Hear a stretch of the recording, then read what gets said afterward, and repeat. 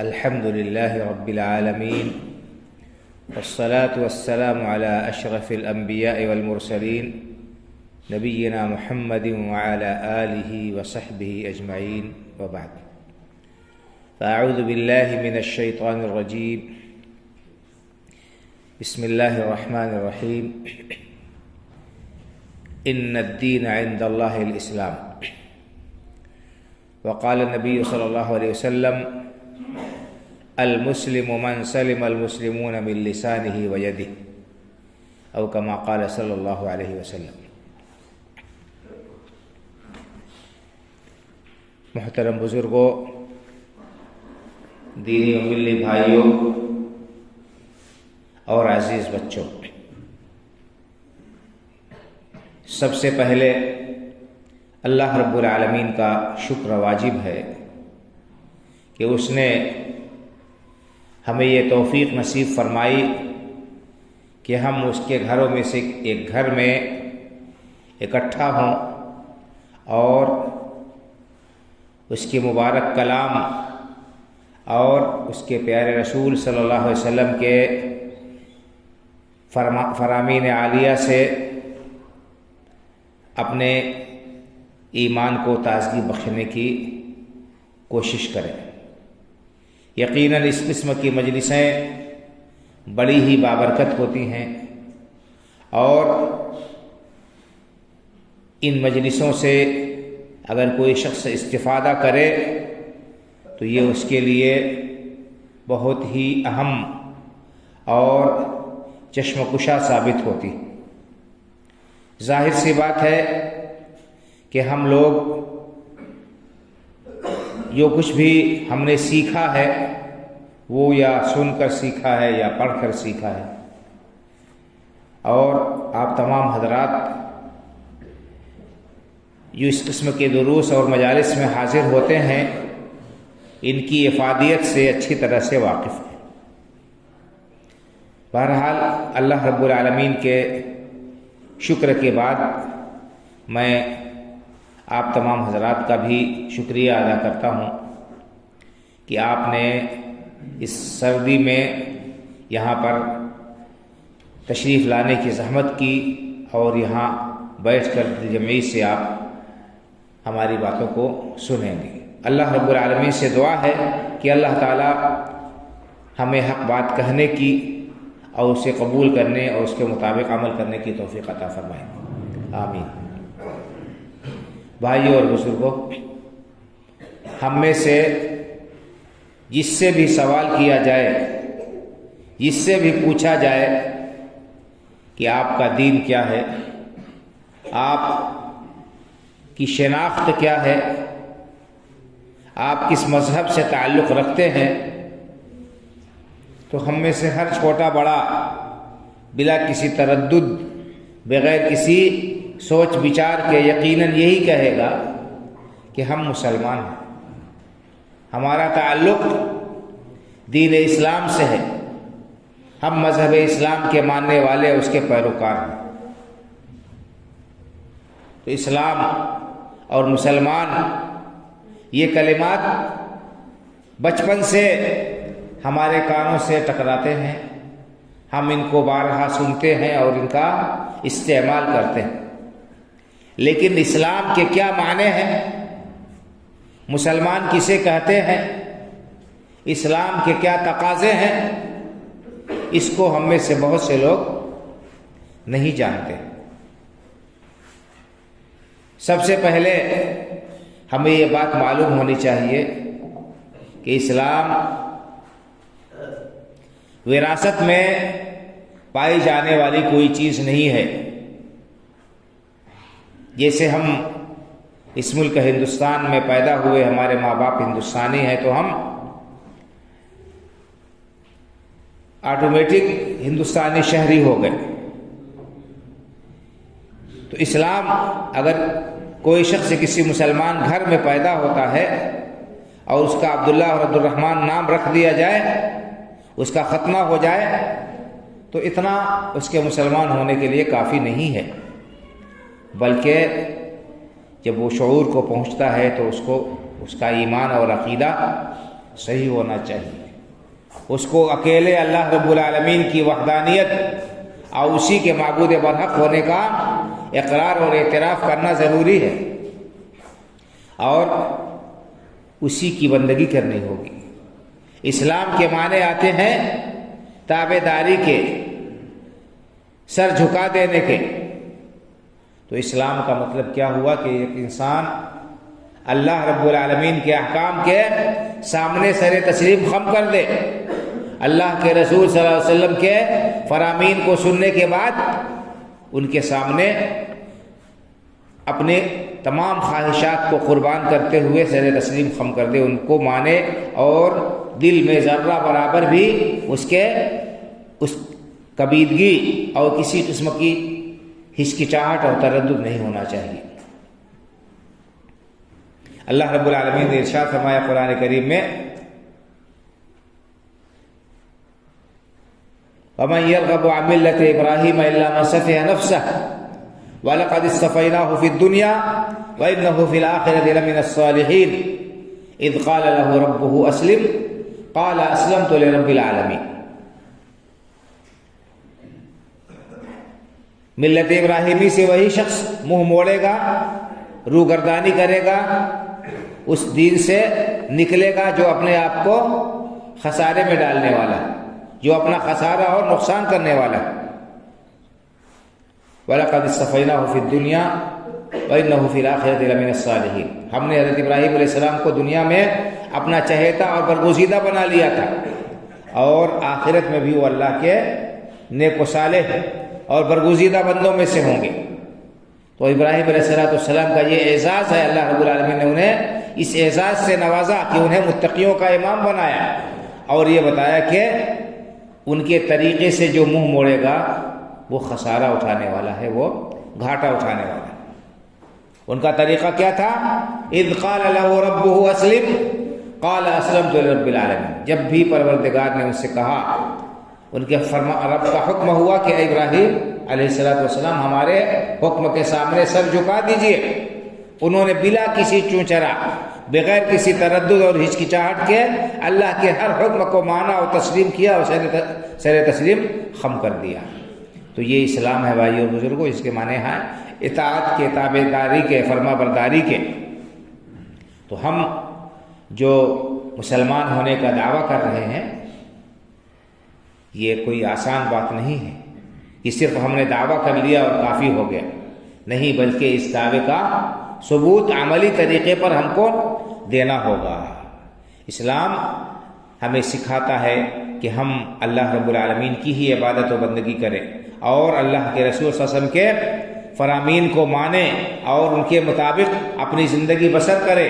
اللہ رب العالمین کا کوئی فیصلہ آ جائے، اللہ کے رسول صلی اللہ علیہ وسلم کا کوئی فرمان آ جائے، اس کے بعد ہمیں کوئی اختیار نہیں رہ جاتا، اپنی مرضی کا کوئی دخل اس میں نہیں رہ جاتا کہ ہماری مرضی ہو تو مانے اور ہماری مرضی ہو تو نہ مانے۔ اگر کوئی شخص ایسا کرتا ہے تو سمجھ لیجئے کہ اس کا دعویٰ اسلام یہ ناقص ہے، ادھورا ہے، اور وہ سچا مسلمان نہیں ہے۔ اس کو اپنے ایمان کا جائزہ لینا چاہیے اور احتساب کرنا چاہیے۔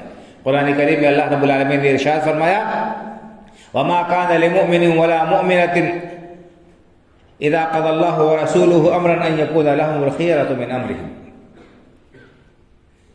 کہ کسی مومن مرد، کسی مومن عورت کو یہ اختیار ہی نہیں ہے کہ جب اللہ اس کے رسول صلی اللہ علیہ وسلم کا کوئی فیصلہ آ جائے تو پھر ان کو اس معاملے میں کوئی اختیار رہ جائے، ان کو اس میں اپنی مرضی داخل کرنے کا کوئی اختیار اور گنجائش رہے، یہ ہو ہی نہیں سکتا۔ تو ایک مومن اور ایک مسلمان کی پہچان یہ ہے کہ وہ اللہ اس کے رسول صلی اللہ علیہ وسلم کے فرمان کو ہر چیز پر مقدم رکھتا ہے، چاہے اس میں اس کا خسارہ ہو، چاہے اس میں اس کا فائدہ ہو۔ ایسا نہیں ہونا چاہیے کہ ایک انسان یہ دیکھے کہ کس چیز میں ہمارا فائدہ ہے، کس چیز میں ہمارا فائدہ ہے، کہاں جو ہے ہمارا مفاد ہے، وہاں پر ہم اللہ اس کے رسول کی بات مانیں، جہاں ہمارے مفاد سے اللہ اس کے رسول کا حکم ٹکراتا ہے وہاں ہم اس کو درکنار کر دیں۔ یہ مومن کی نشانی نہیں ہے، مومن کا شیوہ و شعار نہیں ہے۔ اللہ رب العالمین نے قرآن کریم میں ارشاد فرمایا، فَلَا وَرَبِّكَ لَا يُؤْمِنُونَ حَتَّى يُحَكِّمُوكَ فِيمَا شَجَرَ بَيْنَهُمْ ثم لا يجدوا في انفسهم حرجا مما قضيت ويسلموا تسلیما. آپ کے رب کی قسم لوگ مومن ہو ہی نہیں سکتے،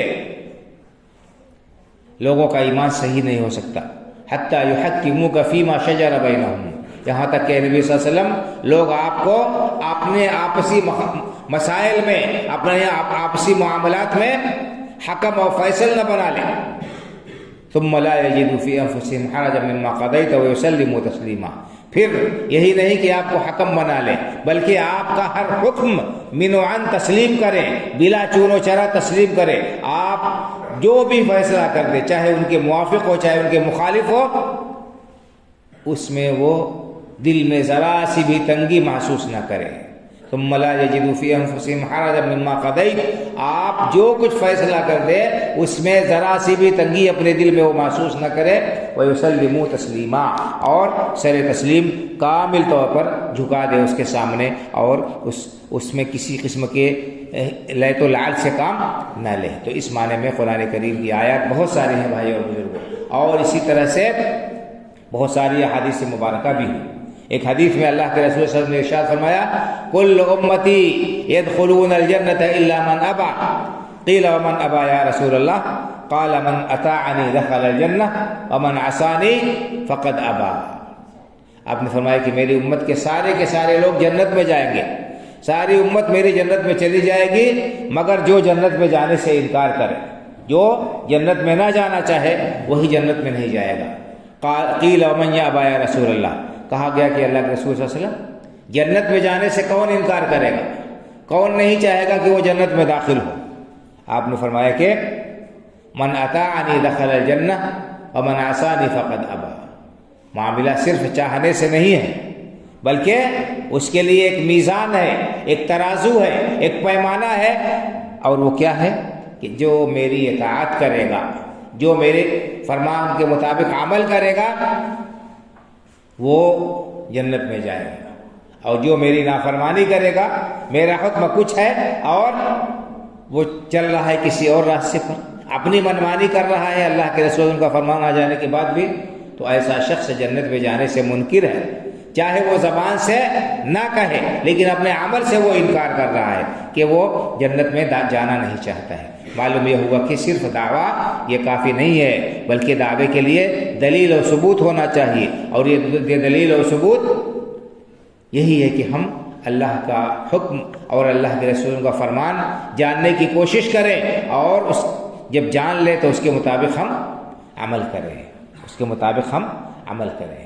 تو ایمان اور عمل یہ ضروری ہے ایک آدمی کے مسلمان ہونے کے لیے. عقیدہ درست ہونا چاہیے، عمل صحیح ہونا چاہیے، پھر اللہ رب العالمین نے جو احکام ہمیں دیے ہیں، جو اوامر ہمیں دیے ہیں، ان کی پابندی ہونی چاہیے، اور جن چیزوں سے منع کیا ہے ان سے رکنا یہ لازمی اور ضروری ہے.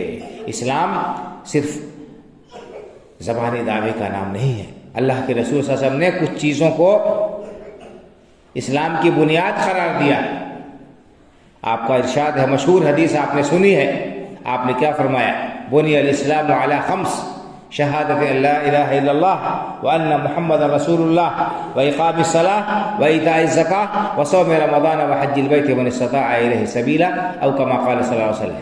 اسلام کی بنیاد 5 چیزوں پر رکھی گئی ہے. اسلام کے یہ 5 بنیادی ستون ہیں. بغیر ستون کے، بغیر پلر کے یہ عمارت قائم نہیں رہ سکتی ہے، برقرار نہیں رہ سکتی ہے.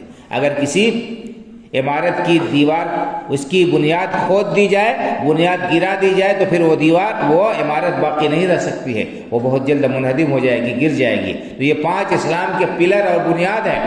ہم یہ سمجھتے ہیں بنیادی پتھر ہے، یہ ستون ہے، ہم یہ سمجھتے ہیں کہ بس اسلام انہی 5 چیزوں کا نام ہے. نہیں بھائیو، ان کے بغیر تو اسلام کا تصور ہی نہیں ہے. اس کے علاوہ اور بھی بہت ساری چیزیں ہیں جو اسلام کے اندر داخل ہیں. اسلام ان کا تقاضا کرتا ہے اور ان کو چاہتا ہے کہ ایک مسلمان ان صفات سے متصف ہو، اس کے اندر یہ صفات پائی جائے. میں نے آپ کے سامنے جو حدیث پاک پڑھی ہے اس میں اللہ کے رسول صلی اللہ علیہ وسلم نے مسلمان کی نشانی بتائی ہے. یہ ایک سچا پکا مسلمان کیسا ہونا چاہیے، اس کے اندر کیا صفات پائی جانی چاہیے. ان میں سے ایک صفت بیان فرمائی. آپ نے فرمایا المسلم من سلم المسلمون من لسانہ و یدہ.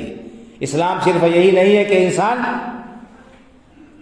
نماز کا پابند ہو اور قرآن کریم کی تلاوت کرتا ہو اور اسی طرح سے حقوق اللہ کو ادا کرتا ہو، بلکہ حقوق اللہ کے ساتھ ساتھ حقوق العباد کی ادائیگی بھی ضروری ہے، اس کا بھی پاس و لحاظ کرنا ضروری ہے۔ اور اگر کوئی شخص حقوق اللہ کو ادا کرتا ہے، حقوق العباد میں کوتاہی کرتا ہے اور لوگوں کے ساتھ ظلم و زیادتی کا معاملہ کرتا ہے، غلط کاریاں کرتا ہے، تو ایسے شخص کو اس کا خمیازہ بھگتنا پڑے گا، ایسے شخص کو اس کا انجام بد بھگتنے کے لیے تیار رہنا ہوگا۔ آپ نے مسلمان کی نشانی کیا بتائی؟ المسلم من سلم المسلمون من لسانہ و یدہ۔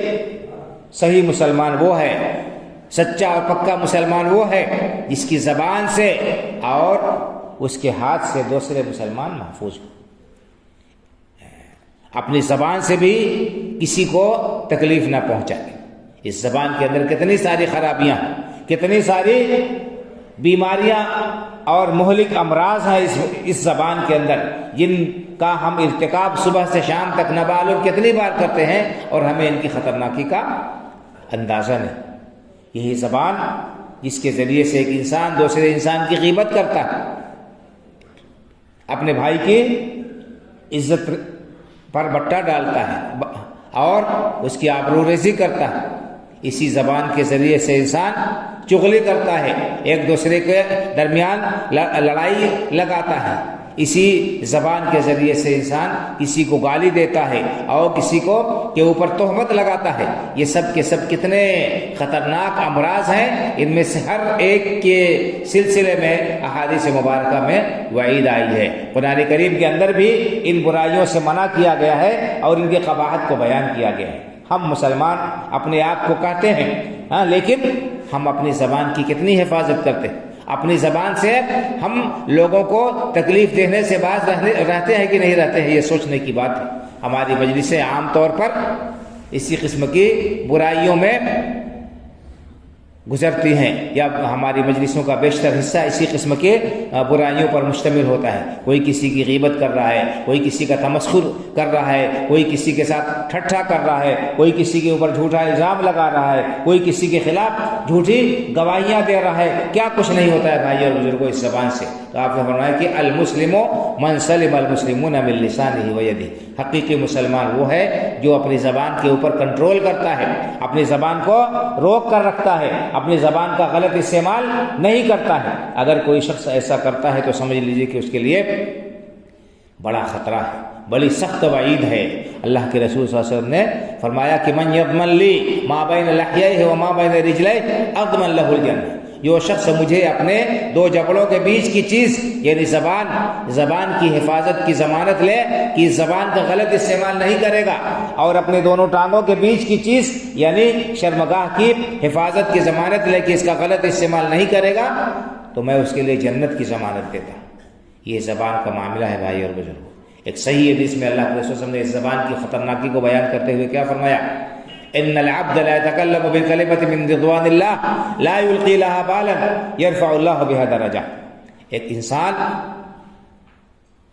اللہ کو خوش کرنے والا ایک کلمہ اپنی زبان سے نکالتا ہے، اس کو اس کلمے کی قیمت کا، اس کی اہمیت کا اندازہ نہیں ہوتا، اپنی زبان سے وہ کلمہ ادا کرتا ہے، لیکن وہ کلمہ اللہ کو اتنا محبوب اور اتنا پیارا ہوتا ہے کہ اس ایک کلمے کی وجہ سے اللہ تعالیٰ اس کے درجات بہت بلند کر دیتا ہے۔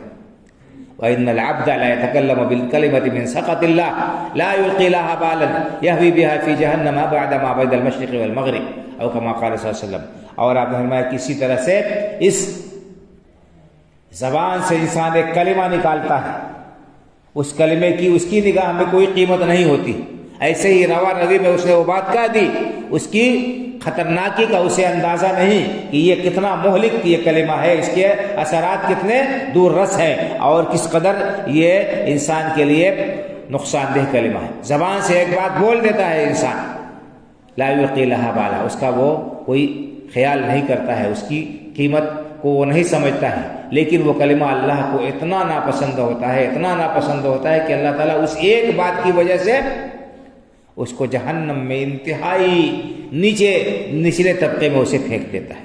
تو تو یہ ہے بھائی اور بزرگوں زبان کی خطرناکی. تو ہم زبان کا صحیح استعمال کریں. صحیح مسلمان وہ ہے جو اپنی زبان کے اوپر کنٹرول کرتا ہے، اپنی زبان کو غلط جگہ استعمال نہیں کرتا ہے، نہ اس زبان کے ذریعے سے جھوٹ بولتا ہے، نہ اس کے ذریعے سے گالی بکتا ہے، نہ اس کے ذریعے سے آول فول بکتا ہے، نہ کسی کے اوپر الزام تراشی کرتا ہے. اور یہ ساری بیماریاں، کسی کے اوپر جھوٹا الزام لگانا، بد زبانی کرنا، گالی گفتاری بکنا، یہ سب اسلام کے منافی ہے. صحیح حدیث، متفق علیہ حدیث میں اللہ کے رسول نے اس کو نفاق کی، منافق کی نشانی قرار دیا ہے. آپ نے فرمایا کہ اربع من کن فیہ کان منافقا خالصا ومن کانت فیہ خصلۃ منہن کانت فیہ خصلۃ من النفاق حتی یدعها. آپ نے فرمایا کہ جس شخص کے اندر 4 بیماریاں ہوں، جس شخص کے اندر 4 عیوب، 4 چیزیں پائی جائیں، وہ پکا منافق، یعنی نفاق عملی اس کے اندر پایا جائے. 4 خصلتیں جس شخص کے اندر پائی جائے وہ پکا منافق ہے. اور جس شخص کے اندر ان میں سے کوئی ایک خصلت ہے تو وہ اس کے اندر نفاق کی ایک خصلت پائی جاتی ہے، یہاں تک کہ وہ ان کو چھوڑ دے، یہاں تک کہ ان سے وہ رک جائے اور باز آ جائے. اور وہ کیا ہے؟ اذا حدث کذب. ایک نشانی جو اسلام کے منافی ہے، جو نفاق کی نشانی ہے، وہ یہ ہے کہ انسان بات کرے تو جھوٹ بولے. آج جھوٹ معاشرے کے اندر کتنا رائج ہے، اس کو لوگ عیب سمجھتے ہی نہیں. جھوٹ بولنا ایک کمال اور فن سمجھا جاتا ہے. اور جو شخص جھوٹ بولتا ہے وہ جھوٹ بول کر اور بیوقوف بنا کر لوگوں کو ہنستا ہے، کہتا ہے، سمجھتا ہے کہ میں بہت ہوشیار ہوں، بڑا عقل مند ہوں، ان کو میں نے بیوقوف بنا دیا. جھوٹ بول کر کسی کو انسان اگر سمجھتا ہے کہ بیوقوف بنا دیا تو بہت بڑے خسارے میں خود بیوقوفی کر رہا ہے، وہ اپنے آپ کو ہلاکت میں ڈال رہا ہے. اور جھوٹ کی وعید بہت زیادہ ہے. اس سلسلے میں ہر بیماری اور برائی جو آپ کے سامنے ذکر کی جا رہی ہے، اس کے سلسلے میں کئی حدیثیں ہیں، اگر ان کو بیان کیا جائے تو بات بہت لمبی ہو جائے گی. میں صرف اشارات میں اختصار سے کام لیتے ہوئے گفتگو کر رہا ہوں. تو فرمایا کہ اذا حدث کذب. آپ نے فرمایا کہ منافق کی ایک نشانی یہ ہے کہ وہ بات کرتا ہے تو جھوٹ بولتا ہے. تو انسان کو اس سے احتراز کرنا چاہیے، جھوٹ سے بچنا چاہیے. بہت خطرناک بیماری ہے. اللہ کے رسول نے فرمایا کہ ایاکم والکذب فإن الکذب یہدی الی الفجور وإن الفجور یہدی الی النار. خبردار لوگوں، جھوٹ سے بچنا، جھوٹ سے احتراز و پرہیز کرنا، کیونکہ جھوٹ انسان کو گناہ تک لے جاتا ہے اور گناہ انسان کو جہنم تک پہنچانے کا سبب بنتا ہے. تو پہلی نشانی اللہ کے رسول نے فرمایا کہ نفاق کی نشانی جھوٹ بولنا ہے. اذا حدث کذب. دوسرے واذا وعد اخلف. جب انسان وعدہ کرے تو وعدہ خلافی کرے. یہ منافق کی نشانی ہے کہ وعدہ کرے کسی سے اور وعدہ کر کے اسے ٹال جائے اور وعدہ پورا نہ کرے. ہاں چلو میں ابھی آ رہا ہوں، کہا اور غائب ہو گئے. ہاں فلاں کام کر دوں گا، وعدہ کیا اس کے بعد ٹال دیا. ہاں اس کام کو انجام نہیں دیا. کسی چیز سے لین دین کا معاملہ ہے، طے کیا کہ ہاں فلاں دن اس چیز کو میں دے دوں گا اور اس کے بعد اس کو ٹال دیا. جھوٹ وعدہ خلافی کرنا یہ بھی نفاق کی نشانی ہے، اسلام کے بالکل منافی ہے. انسان کو اس سے احتراز اور پرہیز کرنا لازمی اور ضروری ہے. تیسرے فرمایا کہ وَإِذَا عَاهَدَ غَدَرَ. جب کسی کے ساتھ معاہدہ کرتا ہے تو اس میں بدعہدی کرتا ہے. معاہدہ کرنے کے بعد بدعہدی کرتا ہے اور اس معاہدے کو توڑ دیتا ہے، معاہدے کا پاس و لحاظ نہیں کرتا ہے، تو یہ بھی نفاق کی نشانی ہے، منافق کی نشانی ہے. اس کے بعد آپ نے فرمایا کہ وَإِذَا خَاصَمَ فَجَرَ. اسی طرح سے منافق کی نشانی یہ ہے کہ جب کسی سے کوئی معاملہ تنازع ہو جاتا ہے، اختلاف ہو جاتا ہے اور تکرار ہوتی ہے تو اس میں بد زبانی کرتا ہے، گالی گفتاری بکتا ہے. تو یہ زبان کچی پکی استعمال کرنا یہ بہت خطرناک چیز ہے بھائی اور بزرگوں. اور معاشرے میں یہ بیماریاں کتنی پائی جاتی ہیں اس کا ہر شخص کو اندازہ ہے اور اس کو محسوس کرتا ہے. تو یہ اسلام کے منافی چیز ہے. اللہ کے رسول صلی اللہ علیہ وسلم نے ان بیماریوں کو اسلام کے منافی اور نفاق کی نشانی قرار دیا ہے. اس سے احتراز اور پرہیز کرنا لازمی اور ضروری ہے. تو آپ نے فرمایا کہ المسلم من سلم المسلمون من لسانہ ویدہ. سچا مسلمان وہ ہے جو اپنی زبان سے، جو اپنے ہاتھ سے دوسروں کو، جس کی زبان اور ہاتھ سے دوسرے لوگ محفوظ رہے ہیں. تو ہاتھ سے بھی، ہاتھ سے محفوظ رہیں، کسی کے اوپر ناحق دست درازی نہ کرے، کسی کو تھپڑ نہ مارے، کسی کے ساتھ جو ہے زور زبردستی نہ کرے، ظلم و زیادتی نہ کرے۔ انسان عام طور پر یا تو زبان سے لوگوں کو تکلیف پہنچاتا ہے، یا اگر اس کو طاقت و قوت حاصل ہے تو وہ اپنے ہاتھ کا اور اپنے طاقت کا استعمال کرتا ہے۔ یہ دونوں چیزیں بہت ہی خطرناک ہیں اور انسان کو ہلاکت کے گڑھے میں ڈالنے والے ہیں بھائی اور بزرگوں، ان دونوں چیزوں کا غلط استعمال۔ مسلم شریف کی ایک حدیث ہے، اللہ کے رسول صلی اللہ علیہ وسلم نے ارشاد فرمایا، صحابہ کرام رضی اللہ تعالیٰ عنہ میں ان سے استفسار کرتے ہوئے، اتدرون ما المفلس، میرے صحابہ تمہیں معلوم ہے کہ مفلس کون ہے، حقیقی محتاج کون ہے؟ قالوا المفلس فینا من لا درہم له ولا متاع۔ لوگوں نے کہا کہ اللہ کے رسول صلی اللہ علیہ وسلم، ہم تو مفلس اسی کو جانتے ہیں جس کے پاس ساز و سامان نہ ہو، جس کے پاس میں دنیاوی اسباب نہ ہو، روپے پیسے نہ ہو، زمین جائیداد نہ ہو، تو یہی ہماری نگاہ میں مفلس و محتاج ہے۔ آپ نے فرمایا کہ نہیں، حقیقی مفلس وہ نہیں ہے جس کے پاس دنیا کا سامان نہ ہو، دنیا کے اسباب نہ ہو، جس کے پاس میں دھن دولت نہ ہو، زمین جائیداد نہ ہو، بینک بیلنس نہ ہو، پراپرٹی نہ ہو، ایسا شخص حقیقی معنوں میں محتاج نہیں ہے۔ حقیقی محتاج اور حقیقی مفلس وہ ہے جو قیامت کے دن آئے گا اور اس کے پاس نیکیوں کا انبار ہوگا، پہاڑوں کی طرح اس کے پاس میں نیکیاں ہوں گی، لیکن وَيَأْتِي وَقَدْ شَتَمَ هَذَا وَقَذَفَ هَذَا وَضَرَبَ هَذَا وَأَكَلَ مَالَ هَذَا وَسَفَكَ دَمَ هَذَا فَيُعْطَى هَذَا مِنْ حَسَنَاتِهِ وَهَذَا مِنْ حَسَنَاتِهِ۔ آپ نے فرمایا کہ حقیقی مفلس، حقیقی محتاج وہ ہے جو قیامت کے دن پہاڑ جیسی نیکیاں لے کر آئے گا، یعنی حقوق اللہ خوب ادا کیے ہوں گے، فرائض کی پابندی کی ہوگی، نوافل کا اہتمام کیا ہوگا، نفلی روزے رکھے ہوں گے، صدقہ و خیرات کیا ہوگا، لیکن لوگوں کے ساتھ اس کا معاملہ انتہائی خراب، طاقت و قوت کے نشے میں بدمست ہو کر اس نے ظلم و زیادتی کی ہوگی، یا لوگوں کے ساتھ میں اس نے ظلم کا معاملہ کیا ہوگا، یاتی وقت شتم ھذا، زبان کا غلط استعمال، کسی کو گالی دی ہوگی اور کسی کو جھوٹا الزام کسی کے اوپر لگایا ہوگا، کسی کی عزت پر بٹا لگایا ہوگا، آکل مال ھذا، کسی کا مال کھایا ہوگا، ضرب ھذا، کسی کو تھپڑ مارا ہوگا، کسی کو ناحق قتل کیا ہوگا، تو یہ سب حقوق العباد یا تو زبان سے ان جرائم کا ارتکاب کیا یا ہاتھ سے ارتکاب کیا، اور اس کے بعد اس کا نتیجہ کیا ہوگا؟ فَيُعْطَى هَذَا مِنْ حَسَنَاتِهِ وَهَذَا مِنْ حَسَنَاتِهِ۔ اللہ رب العالمین کی بارگاہ میں سب کو حاضر ہونا ہے، حساب کتاب ہوگا اور قصاص لیا جائے گا، تو اس کے خلاف بہت سارے مدعی کھڑے ہو جائیں گے، بہت سارے لوگ کھڑے ہو جائیں گے جن کے ساتھ اس نے ظلم و زیادتی کی ہوگی۔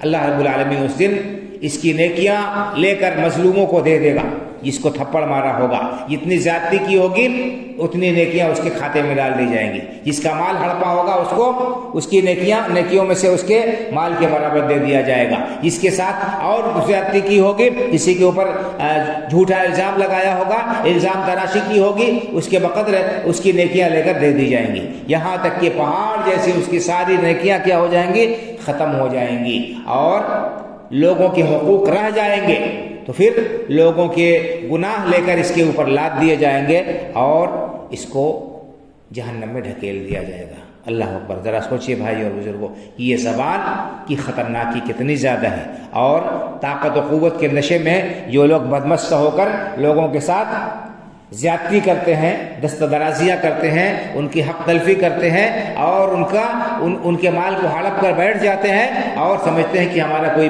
بگاڑنے والا نہیں ہے۔ دنیا میں ٹھیک ہے، انسان کے پاس میں اگر طاقت و قوت ہے، حکومت ہے، عہدہ و منصب ہے یا اثر و رسوخ ہے، تو دنیا میں وہ بچ سکتا ہے سزا سے، لیکن اللہ رب العالمین کے ہاں کسی کی چودھراہٹ کام نہیں آئے گی۔ اللہ رب العالمین کے ہاں کسی کا عہدہ و منصب دنیاوی اس کو نفع نہیں پہنچائے گا۔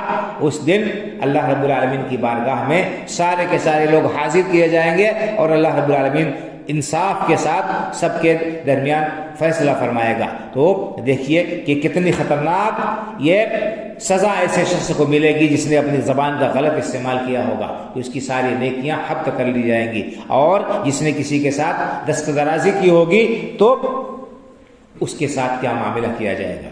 یہ حدیث پاک چھوٹی سی حدیث ہے، اگر ہم اس کو یاد رکھ لیں اور اس کے مطابق عمل کریں تو ہماری دنیا بھی سنور جائے گی اور ہم آخرت میں بھی خسارے سے بچ جائیں گے۔ المسلم من سلم المسلمون من لسانہ و یدہ، سچا مسلمان وہ ہے جو اپنی زبان سے اور اپنے ہاتھ سے کسی مسلمان کو تکلیف نہ پہنچائے، جو اپنی زبان کی بھی حفاظت کرتا ہے، اپنی زبان کو لگام دیتا ہے، اور جو اپنے ہاتھ کو بھی بچاتا ہے، یعنی اپنی طاقت و قوت اور اپنے اثر و رسوخ اور اپنے زور بازو کا اس ناجائز استعمال نہیں کرتا ہے۔ آج دیکھیے معاشرے کے اندر یہ عیب کتنا زیادہ پھیلا ہوا ہے، اس کو لوگ بہادری سمجھتے ہیں اور یعنی کسی کے ساتھ ظلم و زیادتی اپنا حق سمجھتے ہیں، جبکہ ہونا یہ چاہیے کہ اگر اللہ نے کسی کو صاحب حیثیت بنایا ہے اور کسی کو اللہ رب العالمین نے عزت سے نوازا ہے، اس کو عہدہ و منصب و طاقت سے نوازا ہے، اسے مال و دولت سے نوازا ہے، وہ اللہ رب العالمین کی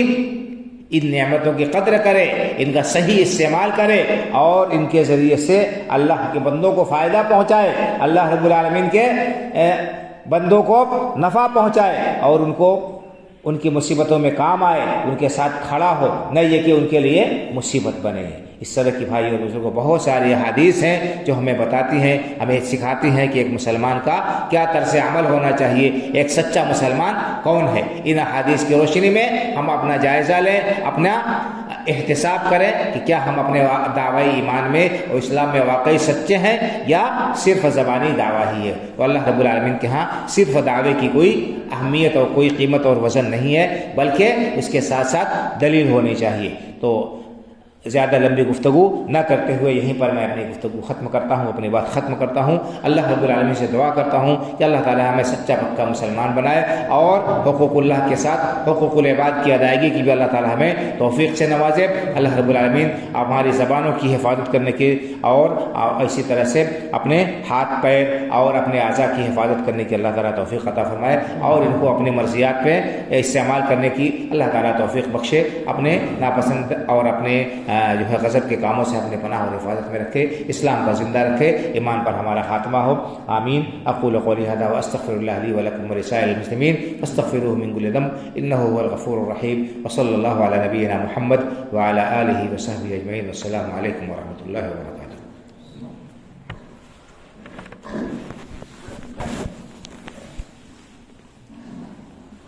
جزاک اللہ